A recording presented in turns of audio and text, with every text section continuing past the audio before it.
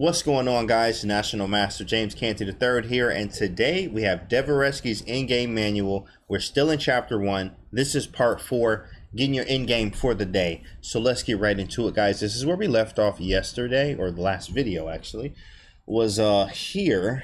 We were in the exercises. We're under chapter 1. This is pawn endgames. So we're still in pawn endgames right now, and we're under the mind squares. Mind meaning like if you step on it, it blows up, and meaning you lose the game. As we talked about in the other videos, I'm using the Forward Chess app, so make sure you guys can get the app and use the books on here and just study how I'm studying. Same way you can get it right under the video. Make sure you guys check that out. Here it is right here. This is what we're on right now. So this is the problem here. Dvoretsky Endgame Manual, 5th edition, chapter 1. Now, let's see. I think it's just take this first. You have to take this. And then after rook takes is king takes. And then I think he plays f4. After f4, there's g4. And then I don't remember now. Oh, g3. G3 is played here. Ooh, man, this gets spicy here. Like Simon Williams says. All right, g3. You have to take on h3. He takes on h4. And then it's king here, I think. King e7, king g3. I hope this is not wrong. Shoot, king f6. What if he just takes the pawn though? Oh my goodness, this is so hard. King h5, king g6, king g3, king h4.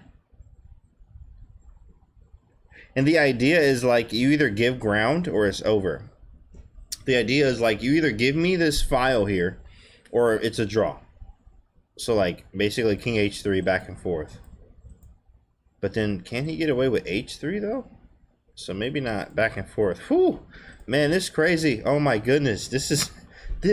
I've looked at this problem. Okay, I've looked at this problem many times. Maybe not a lot, but definitely I've looked at this before. I've seen it. So let's see the solution here.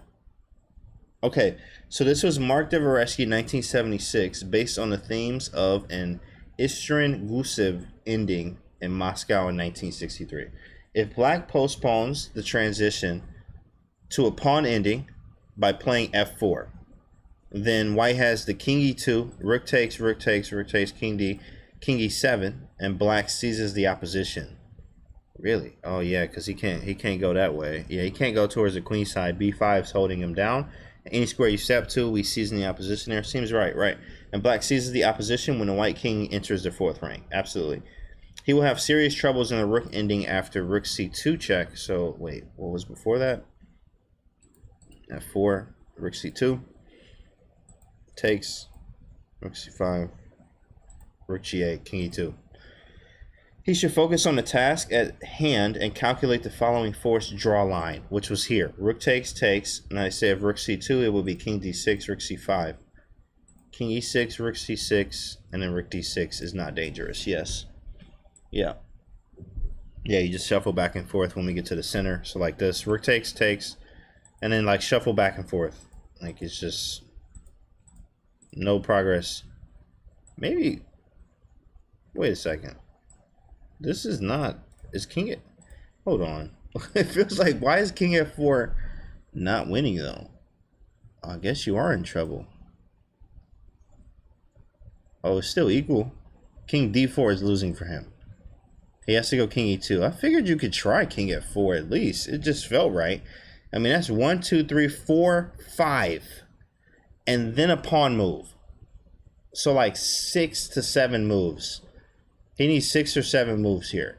And how many moves for me? 1, 2, 3, 4, 5, 6, 7. And he's on move. All right, let's see how that would work. Let's just see how that would work. King c5, king takes, king b6, king takes f3, but king takes h3 is still possible. King takes f3 is minus 61 though. Wow, that's a lot. 69 after that. All right, king takes f3, king takes, right? Oh, you play g4 now. Yeah, so I don't have to make any king moves. That makes sense. So I could have did that the other way too then. King takes h3 and g4. Makes sense. Yeah, not enough time. All right. Not enough time. Interesting. Okay, so from the beginning again. Rook d7, rook takes, king takes, f4, g4. Right, so we got this far. We got this far before. And they say if you take it, this is just, like, why would you allow this? Your pawn structure is gross here. And white should just win this easily. Let's actually turn this off now.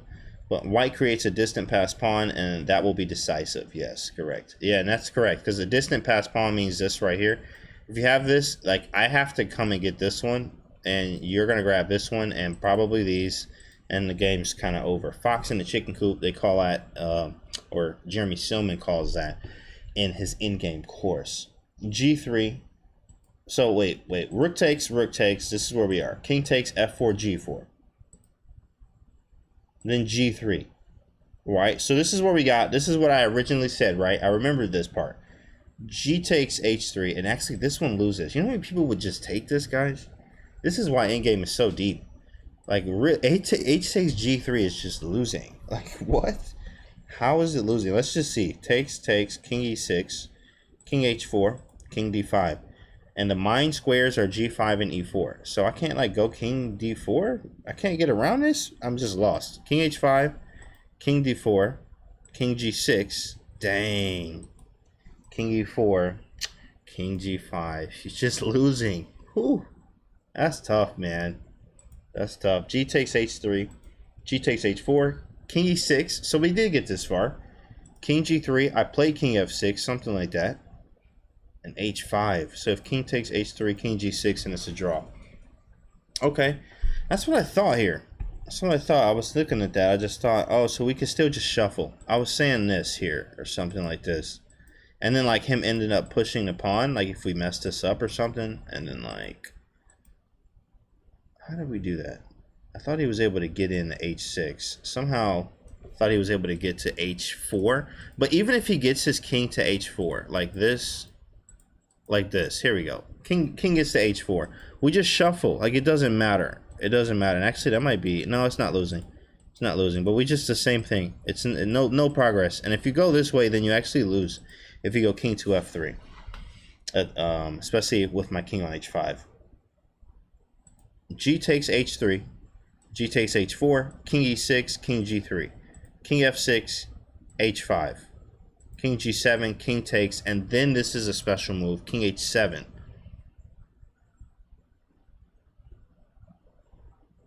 What happens on king h4? You just go here. Oh, man. Then you just have to go back, though. You just have to go back. And it should still be drawn. Like, it should still be drawn. But somehow, I think he messed this up, right? King f6, h5, king g7, king takes h3, king h7, king g3, king g7, yes.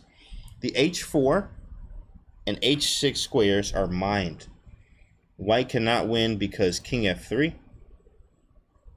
king h6, king e3. Wait. King f3, king h6, king e3, king takes, king d4, king h4. King d5, king g3, king e5, king g4 is bad. Right. This is the line I remember. This is like, I guess they updated this because in the other edition, this was like the main line thing. Interesting. King e5, king g4. Yeah, that's pretty cool. All right. Next diagram here, that will be this one. Okay, let's see if I remember this. It's black to move. Black to move. Make sure the engine is off. Black to move. I remember this, but not all the way. I remember the first move. Takes the first move. Of course, you guys can pause the video so you can try to figure this out yourself too. And when you come back, though, the first move is rook to g4. And then it's rook takes g4 and pawn takes g4. And then, oh, now I remember, yes. And then the idea here is like playing g5. You have to get like the same opposition. Yeah, you have to get opposition like distantly. It's like weird. I'm gonna show you right here. Here it is. I'm gonna show the solution. Here it is. Oh, this was Botvinnik too. Nice. Botvinnik game. I just started going through that book too. Rook G4. Rook takes. H takes, King G2, and here we go. G5, right? Nasty move here. G5, because he got the double pawns. So he's saying if you take it, I'm just going to go king here. And just like take it. Black's doing great here. Black's doing absolutely fine. So king to G2, G5. Best move is H5.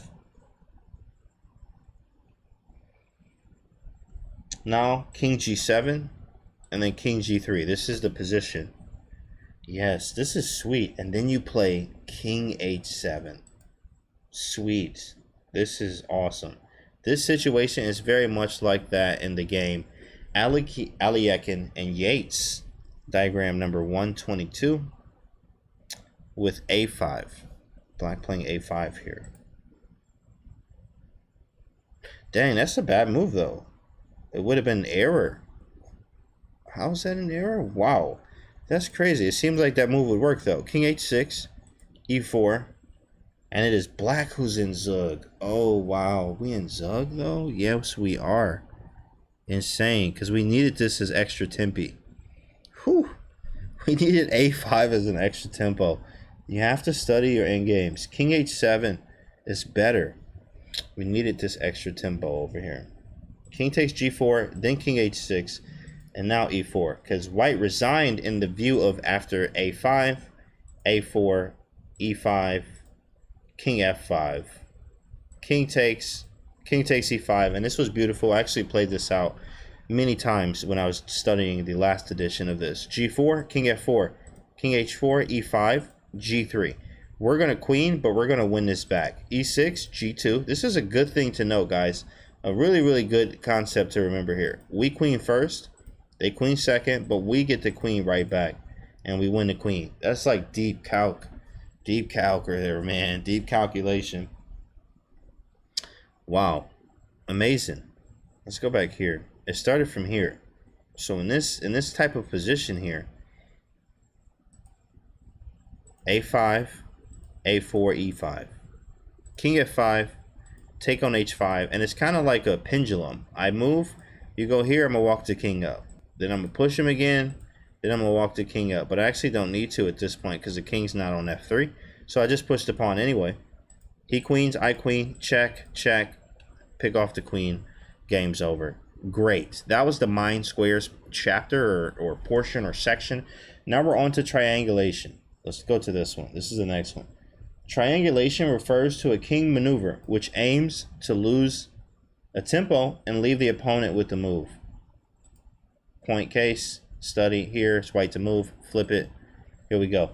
The D5 and D7 squares are in correspondence. The mobility of black's king is restricted. He must watch for the C5, C6 break and also avoid being pressed to the edge of the board. It is not surprising, therefore, that white can easily lose a tempo and place his opponent in zugzwang after King E5. King C6, I'm assuming. It says King E5. Yep, King C6. And then we should just go King D4, right? Yep, King D4, King D7, and then now it is black on the move. King C8. King D8, King D6 first, sorry. Okay, then King C8. King E7, King B8, King D6, King A8, and C6. Followed by, to finish this out, guys, captures King C7. And then check, queen, and mate on B6. The following position is very important, but for itself, as an illustration of the characteristic logic of analyzing corresponding squares. So, never read this one, actually. Oh, they have kings here, too. That's cool. The kings were on D5 and C8 here, but we shall not place them on the board yet here. Well, it's placed over here. Let's deal with the squares of correspondence first. Two pairs of squares of reciprocal zugzwang are obviously right off. Reciprocal zugzwang, D6 and D8. C5, C7. The squares D6 right here and C5 border D5, correct? And the corresponding squares D8 and C7. D8, C7, border C8. Thus, a standard means of identifying a new correspondence that of the D5 and C8 squares. Sounds like a foreign language, but at the same time, I kind of get it. And I hope you guys understand it as well. That's why it's here when we keep reading it. Man, sometimes it's extremely difficult. Now, next one. Okay, let's just move on to here. King C4. Let's see what we do. King D8. Let's try to understand here. King D4. King C8. So triangulation. King C4. King D4. Back to the square. Make it his move. And then come in. And then play C7. Ooh, beautiful. Nice. Makes sense. Triangulation. Thanks a lot. Just, hey, triangulation. There we go. We'll keep it there. Okay, here's the next one. Finding two winning plans. White to move. So I'm not going to read anything else. It says two winning plans. Before I read the text, I want to see. Let's try to figure this out. Triangulation is the thing here. Theme.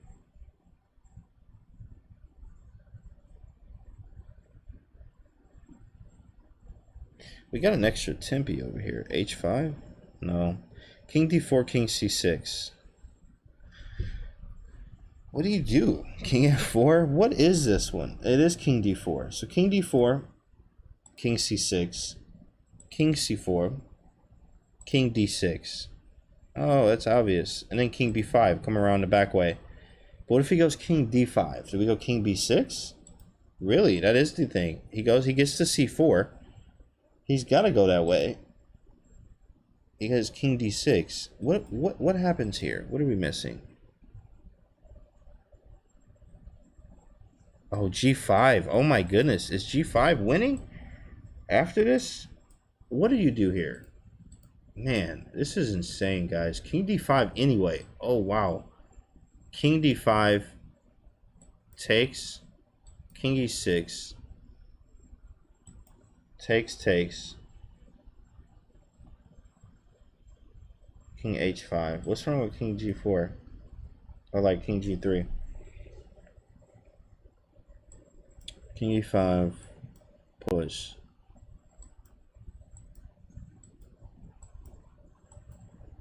I'm queening first, and he is far away. So this should do it. He's far away. Man, that's tough. You have to go through all of that just to see the end.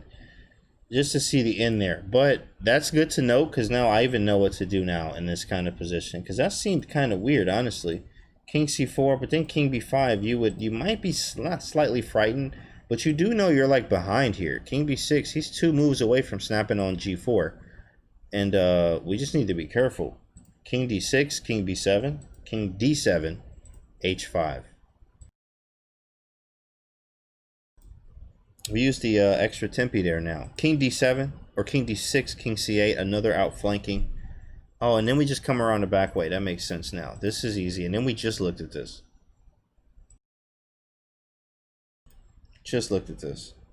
In 1968, during a session of training and calculation of variations, he says, I find pawn endings quite useful for this. Oh, look at that, guys. A hidden gem.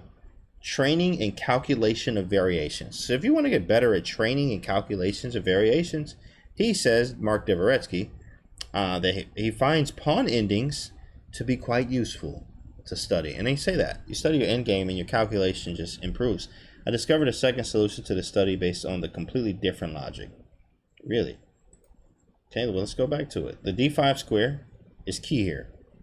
Yes. If white's king is at D5, black's king is on D7, he wins by H4, H5. Right. By the way, with the pawn on H5, occupying the D5 square is no longer decisive. The key squares are now the 6th. Dang. I didn't know that. Well, that's deep. Okay. When the pawn structure changes, the system of key squares associated with the position generally changes too. Just as the system of corresponding squares. So, every time a pawn moves, everything changes. Everything changes. That's deep. Okay, so it actually says they have it here. They have the oh, King F3, really? King F4. Wait, what? Oh, king f4 is the move. King f4 is the move. King e7. King f3, king d7. King e3, king d6. All about the d5 square. So we did a little bit of triangulation. And then got g5 in. Wow, that's tough. Wow, g5 in this position now. Breakthrough, king's outside the pawn. That should win. Yeah, that should absolutely win. All right, next one. Here we go. Black to move. Oh, we need to flip the board. What do we do here? Oh, I don't remember this one at all. So, what's a win though? It's gotta be. It's gotta be. What do we do, guys? King e4? King e4, f4, f3? Seems like you just push the pawn through and then bring the king on the other side of the pawn. Like king e4, and then push the pawn up, go king f4, go king g3, and then take the h-pawn. Let's see what happens. King e4, king e2. We reach a position in which in all endgame books, but it is a win. Black wins by triangulation. Oh, king f5. Yes. Yes, correct. So you can get into g3. Or maybe not. King e4. This is even better. The other idea actually is wow, that's a nice idea. Just getting more ideas, guys. Like that's deep. Because my way of winning, of course, is still winning, but like this is just much better. Like the way that they're doing it here is you're just going to queen quicker. You don't even have to take the pawn at this point. You don't even have to take the pawn. Like you're just already queening. You gotta be careful on when you queen, because there's a draw. Like if you queen now, so like king here, and then when he moves, it's queen with check. But back here though, yeah, you would do like something similar. Maybe let's go here. King f1, triangulate it. You would come in and take the pawn. And you would still queen, but this is just longer. This is much easier. Next one, this is an exercise. Okay, who's it to move? White? White to move.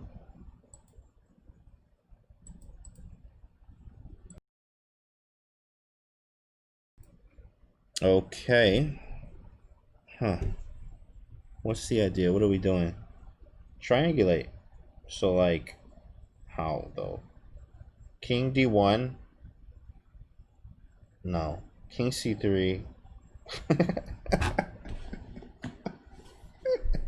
This stuff is so hard, bro. King d1, king e3, king c2, king d4, king d2. Maybe get out that way. Or king c3. No. How about king c2, king e3, king c3, king f3, king d2. I don't know. Let's see it. Let's see the answer, guys. Oh my goodness. The c3 and e3 squares are obviously corresponding. Okay, so c3 and e3 obviously corresponding. White king wants to break through on e3 in order to set the d pawn in motion. The black king will confront it from the f3 square. The reciprocal zugzwang arises when kings are on d2 and f3. So another pair of corresponding squares is defined. The third pair, c2 and f4, is adjacent, already known. Okay, yes. All right, all these corresponding squares, I understand, Mark. Yes. Now, what do we do? What's the answer? King c2, king f4. But what about king e2, though?